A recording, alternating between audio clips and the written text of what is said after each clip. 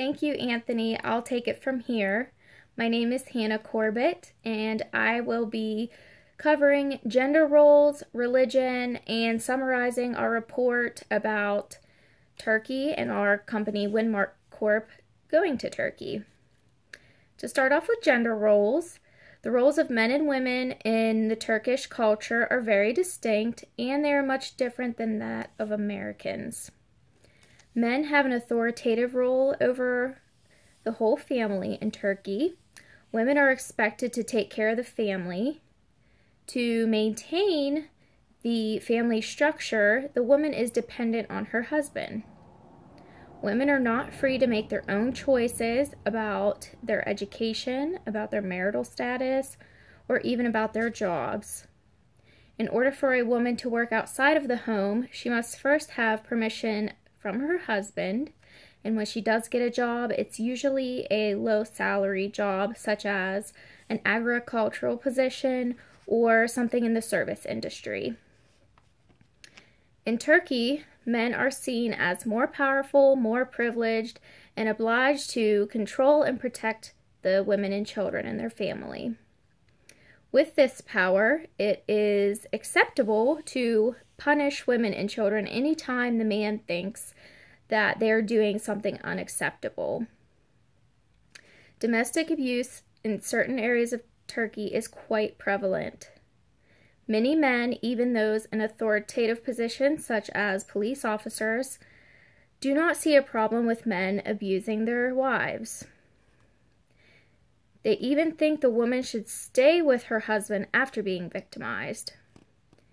Abuse is viewed as a private family matter, and they should not be discussed outside of the home. These kinds of social norms and practices are used to justify spousal abuse.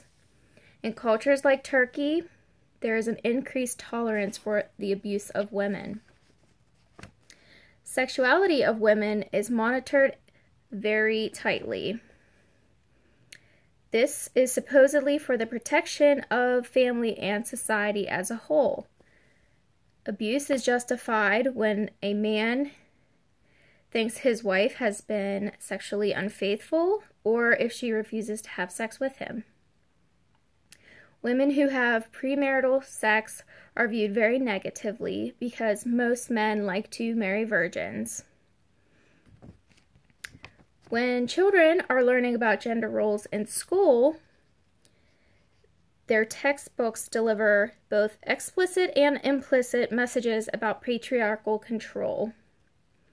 Primary school textbooks represent the role of women being mostly maternal and responsible for caring for the home, whereas men are shown to be the providers for the family.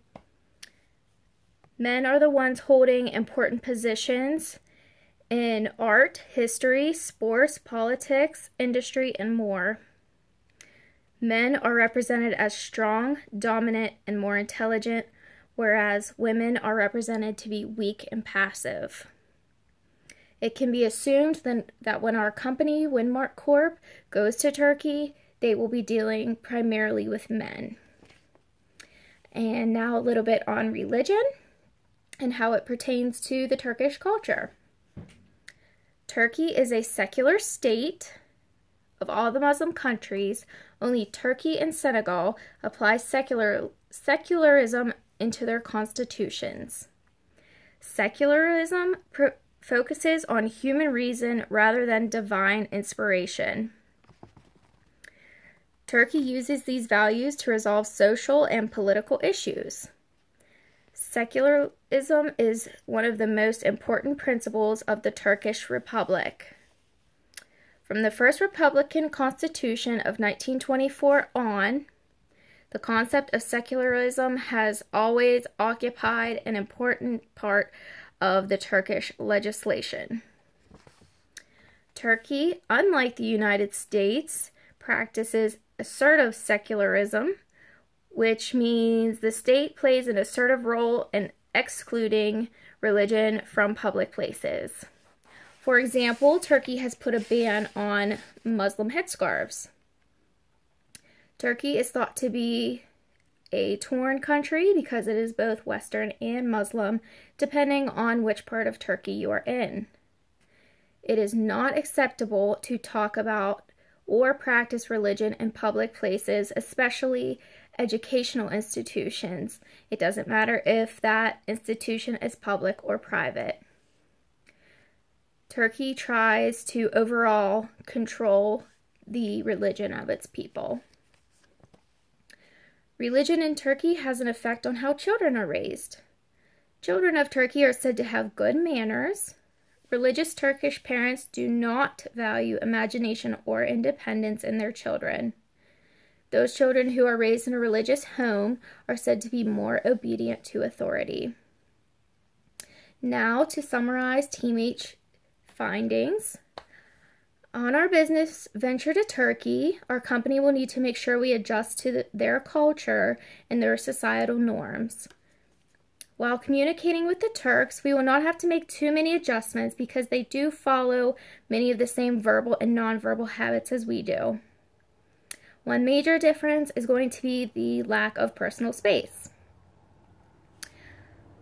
When conflicts arise, we will be sure to settle them peacefully. We will also need to make sure our clothing is appropriate for the particular area we are visiting and for the weather. It will not be difficult to dress according to the weather because their seasons and temperatures are much like ours here in this area. The Winmark Corporation can meet its goals of helping entrepreneurs succeed even in a different culture. With a few adjustments of how we interact with others, we should easily be accepted into this culture because our goal is to benefit them. Winmark employees may be dealing primarily with men, but some women may come to us for assistance as well. Many Turkish citizens have low income, so Winmark will be a welcomed and appreciated way to boost the economy. Thank you for your time and have a great evening.